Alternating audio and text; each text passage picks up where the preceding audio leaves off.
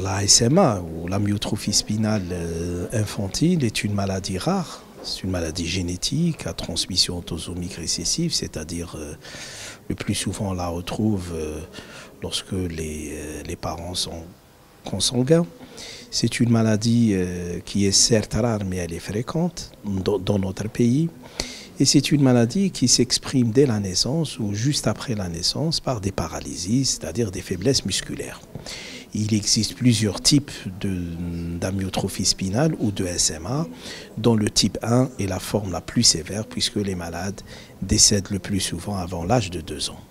Mais il y a d'autres formes qui entraînent les mêmes signes, mais beaucoup plus progressifs et qui finissent par être responsables de grands handicaps, notamment moteurs. Il faut d'abord diagnostiquer, c'est-à-dire diagnostiquer ces malades. Il faut faire un diagnostic précoce de la maladie.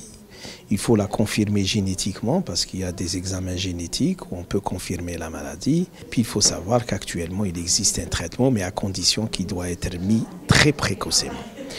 Il ne suffit pas de traiter ces malades, mais il faut aussi les accompagner sur le plan de la rééducation, sur le plan nutritionnel, sur le plan respiratoire.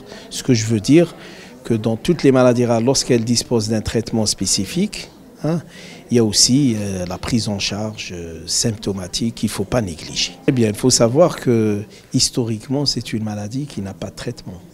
Et par conséquent, qui n'avait pas de traitement. Et par conséquent, la forme 1, qui est la forme la plus fréquente, le type 1 de la SMA, qui est la forme la plus fréquente, atteint, généralement, les enfants n'atteignent pas l'âge de 2 ans.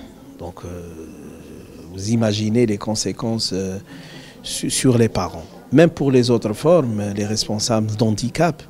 Donc, regardez le vécu des enfants, déjà avec cet handicap moteur très très important.